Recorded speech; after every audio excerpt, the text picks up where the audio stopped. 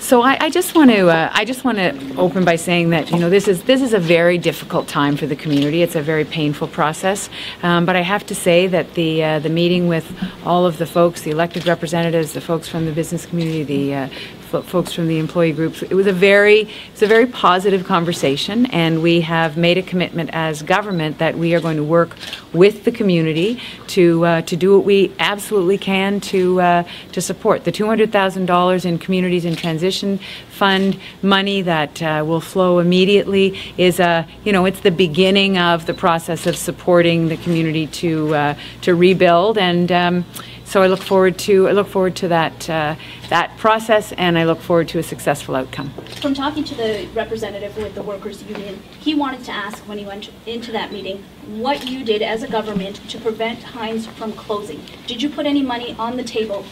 Did you offer anything to keep the company So there, I had a number of conversations with executives, as did folks from the ministries have conversations with the executives. There really, there wasn't that kind of specific ask. I mean, I engaged with the company, but there wasn't a point at which this is the amount of money, or this is the process that would solve the problem. So I think it was the decision to close this plant, I believe, was part of a bigger decision that Heinz was making, continent-wide, quite frankly. Are there any lessons to be learned from this experience with Heinz?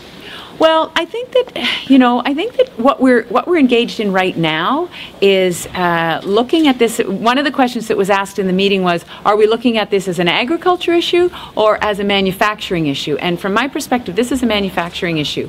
The agri-food business is a $34 billion contributor to the economy, and so it's very important to me that we understand that this is industry that's critical to the province, and that we treat it as industry and we treat it as business. And so I'm committed to doing that. Now, I believe that there will be lessons that will come out of this for the food processing industry, and I'm really eager to learn those lessons as we work with the community. Is $200,000 really enough? We heard now it's going to the Economic Development Corporation.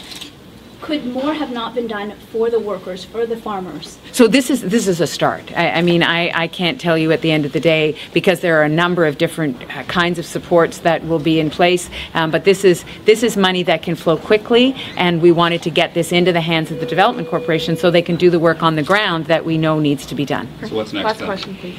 So next is really putting together the plan, and that's why it was so important that we have this meeting today, because there were people sitting around the table who understand the seedling business, who understand the packaging business, who understand the governance. You know, this is not just an issue about the business, it's also an issue about the tax base of the community. So all of those people were sitting at the table, and it's about now putting together the plan, and that's what the Economic Development Corporation is going to be working with the community to do. Thanks, okay? Thank you, everybody. Thanks for being here.